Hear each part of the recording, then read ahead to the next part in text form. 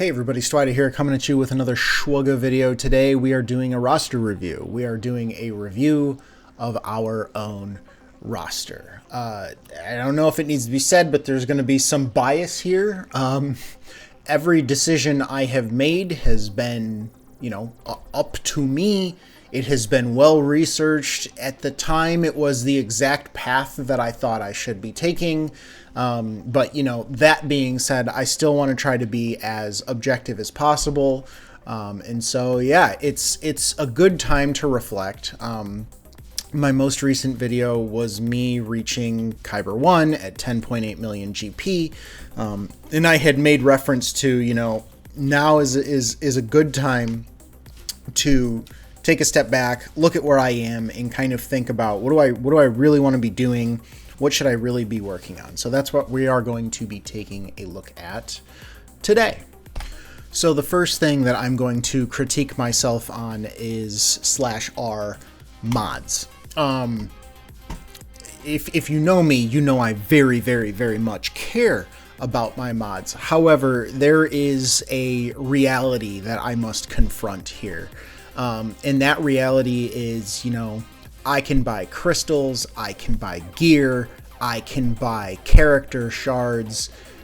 There's not a great way to wail on mods. There is nothing there's really no good way to even just straight up buy mod materials. Like I've called 2025 the year of mods, because I care. This is the year to focus on my mods. I got Jabba at the end of 2024, and I said, okay, this is one of the hugest ways to increase your mod resources. I really need to focus on this. Right now, it's all about these Mark II thermal exchange units. Can't get enough. They're just my permanent bottleneck. I buy these every single week from the weekly store. It's just about the only place you can buy them. And you only can get 30 a week, which is like taking one mod to 6C, I think. Which okay, so once a week I can get one mod to 6C. I also buy them religiously from the episode shipment store. But it's just not enough. I'm totally stuck.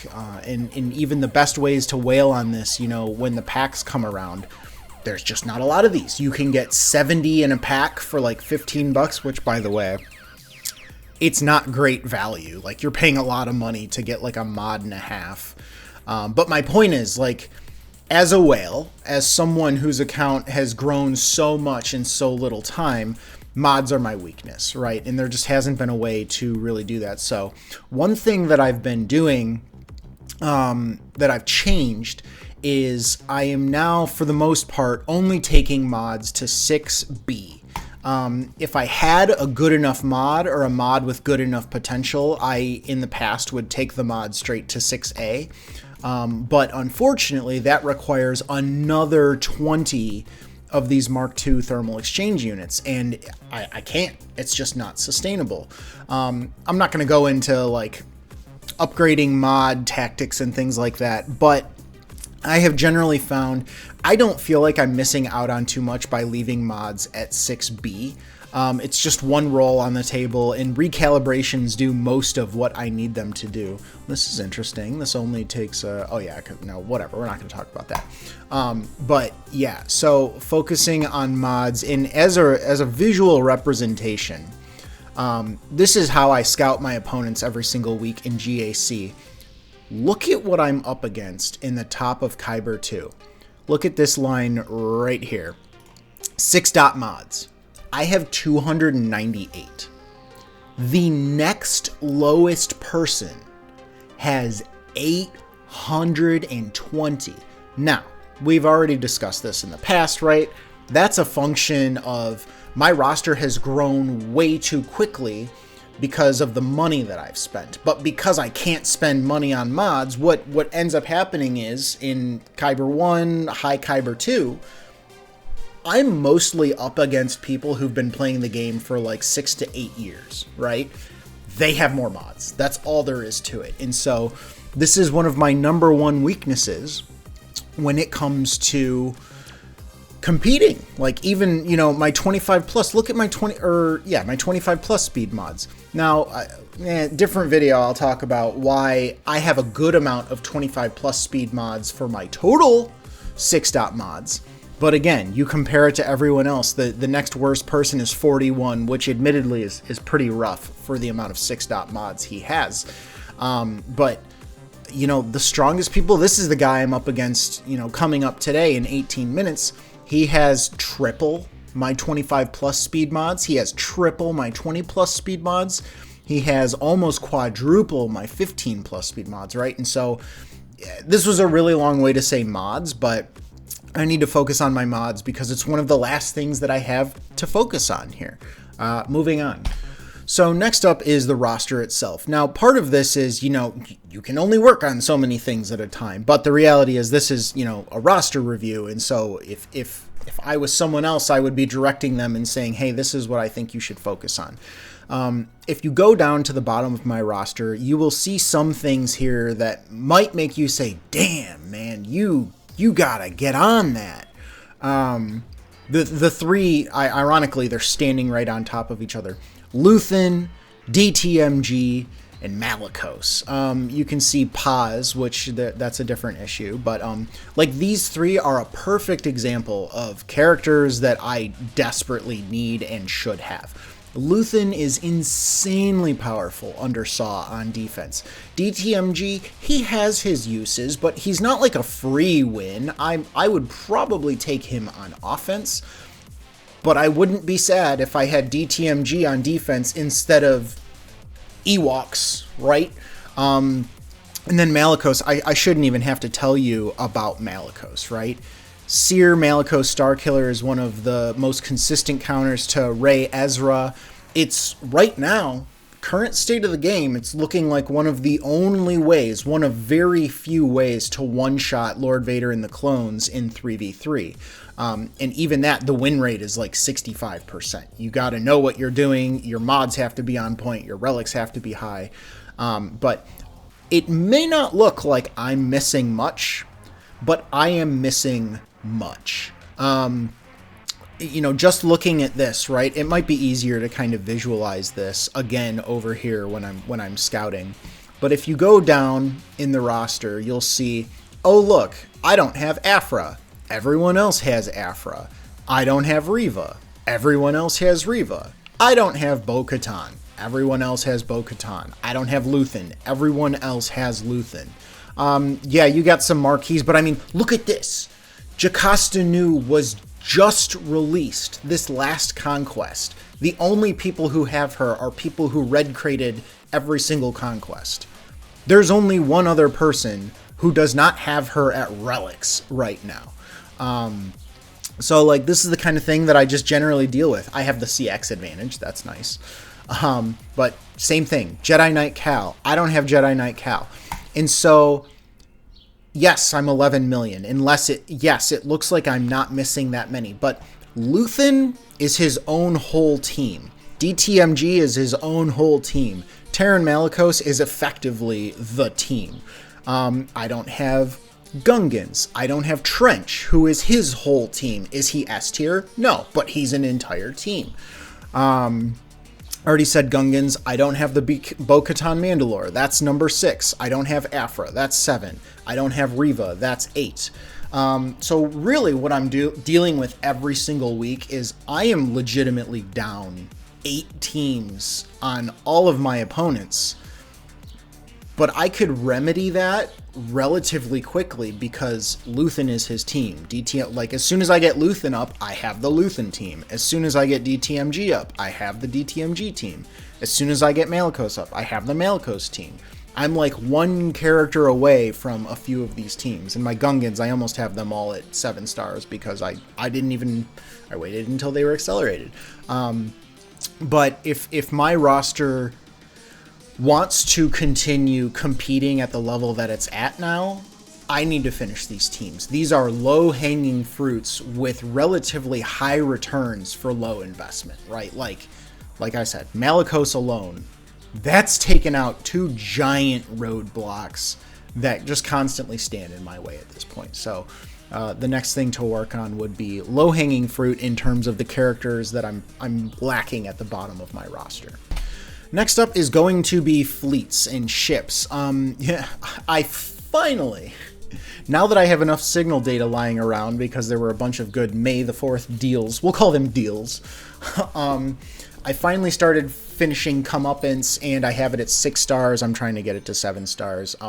Comeuppance is a weird one because technically what you really care about is its level 3 reinforceability, which you can get at 5 stars, and that is where I had it. It was doing its job, kind of. But again, the reality is we're in K1. We're in High Kyber 2. Again, just like with the characters, it might not look like I'm missing much. There's one other ship I'm going to specifically call out down here, but not having TIE Reaper, that gets used in some gimmicky counters. Not having Raven's Claw, that's a key ship in the Home 1 fleet if you need a desperate cleanup on 1 or 2 remaining ships. Comeuppance. Comeuppance is basically the only reason Radis is good at all at this point. And so Comeuppance is a big deal. Where are we at here? The one that I'm missing, that's a really big deal. So Iden just had her Lightspeed bundle, so she's finally Relic 5 instead of Gear 12. So TIE Defender was lacking for a really long time. Gauntlet Starfighter was exactly the same. Exactly same position. There was a GAR, it was a Darkside Mandalorian Lightspeed bundle. And so now I have Gauntlet Starfighter up. It's still level 1. You see these things throughout my roster. I'll change that soon, but you know, I was lacking that. That's another ship that kind of gets used in some gimmicky or very specific counters. But the biggest ones are probably TIE Interceptor, and without a doubt, it's Scythe. Not having Grand Inquisitor up and running, I mean, the Scythe isn't useless, but it's not the same as a Relic 7 Grand Inquisitor Scythe, right? And so with no Scythe, like, yeah, you technically have Empire fleets, but you don't really. Like, if you know, you know. Scythe makes both of these work, and there are some situations where you might want to use Chimera, there are some situations where you might want to use Executrix, but they both really, really, really want Scythe. And so, again, it seems like I'm just nitpicking at the very few things that my roster doesn't have, but they're a big deal, right?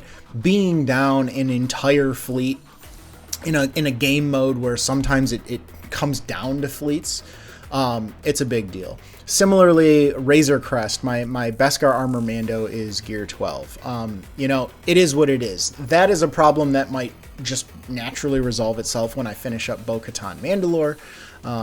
But that's another example of, man, that's a top tier fleet, and Razor Crest surviving is a really big deal. And I can tell you, having a Gear 12 Mando, oh boy, do I feel it. So yeah, we're looking at a few key players that I'm still lacking when it comes to fleets that I really need to get around to. Grand Inquisitor, for the record, if you care. My guild is pretty much collectively unlocking Reva in about 2 months. And so having Reva will give me an excuse to have Grand Inquisitor. Some people would argue you need Grand Inquisitor right now. High Kyber, Grand Inquisitor is not doing anything for me without Reva. It's like a B tier team at best, and I can't remember the last time I was in a situation where I was like, man, if only I had Grand Inquisitor. So do I miss the Scythe? Yes, I miss the Scythe every single day. Is that enough for me to go get GI right now over everything else that's going on? No, it's not. Coming back to the bottom of my roster, the next thing that I would do, which is literally the next thing I'm going to do, is focus more on some guild important characters. So a couple months ago, we were asked by the leaders of the guild, either help us get Reva by getting your Inquisitors up and running and getting us Reva shards, or help us unlock Zepho by getting Jedi Knight Cal Kestis up and running. One sec, hiccups. Okay, I'm back. So admittedly, guildmates are going to watch this. Selfishly, I didn't want to do GI. I didn't want to do Inquisitors. They suck before Reva, and that's really all there is to it. I had a feeling an Inquisitorious Lightspeed bundle was around the corner, and I was proven right. So I did get most of my Inquisitors up and running. I just don't have GI. I have them unlocked. I don't have them up and running. but I committed to Jedi Knight Cal Kestis, who I not only desperately need for my JML team performance, but I will use him to help the guild unlock Zepho. People, and yes, this is my feedback for myself, help the guild more, because, you know, even from a selfish perspective, the more you help the guild, the more the guild helps you. I think people really take for granted the impact that guild rewards can have on a roster over time. You've heard it a million times. This game is a marathon, not a sprint. And that really, really is exemplified by what's going on in guilds and the rewards that you're receiving from guild performance. TW wins. Either you're getting 1 droid brain or you're getting 5. That's a big deal. Rise of the Empire. Those stars matter. Those special missions matter. You might be walking away with plus or minus 3,000, Mark II, whatever it's called, Get To currency. Or you might be leaving, literally hundreds of Kyrotech on the table by not doing the BKM and the Jedi Knight Cal special missions. Every single Rise of the Empire. Like, that's a big deal. If I said you could just have 200 more of each Kyrotech or whatever it was, like 100 of each, I don't know. But like hundreds more Kyrotech a month just by getting a character that's going to help your roster anyways, you would probably do that, right? So just go do it. It fits into a lot of people's farming paths, and it shows that you're willing to put the effort in for your guild, and that means you're probably going to stick around, your guild's going to want you to stick around, and it's just overall better for the community. So focus a little bit more on the guild. Outside of, very direct requirements of do this because there's a special mission, I do actually intend to start using my, I'll say, fortunate position of being able to whale on this game, and I'm going to start applying some more impactful territory war Omicrons. I have decided I'm going to get the Lord Vader team's Omicrons for territory war. For GLA, I've already got Sabine's. I'm thinking I'm going to get Hera's probably the same exact time that I get Lord Vader's. It matters. It matters. And in especially in an environment like this, when you have the benefit of, if you're going for the newest marquee, just get the Territory War Omicron, because nobody knows how to deal with it. You may actually, literally, single-handedly win your guild a Territory War by having a busted marquee with the newest stuff. And so just, think about that. I will be thinking about that going forward. And so now, arguably, the most important part of this video, if you guys have anything that you think I should be doing differently or focusing on differently, or, whatever the case might be, look, I get it. I study this game way more than anybody should, honestly. Way too much effort into this game. I do love it, but I'm biased. I'm me. I have made every single decision that I've made because it is exactly the decision that I thought I should be making at that point in time. I literally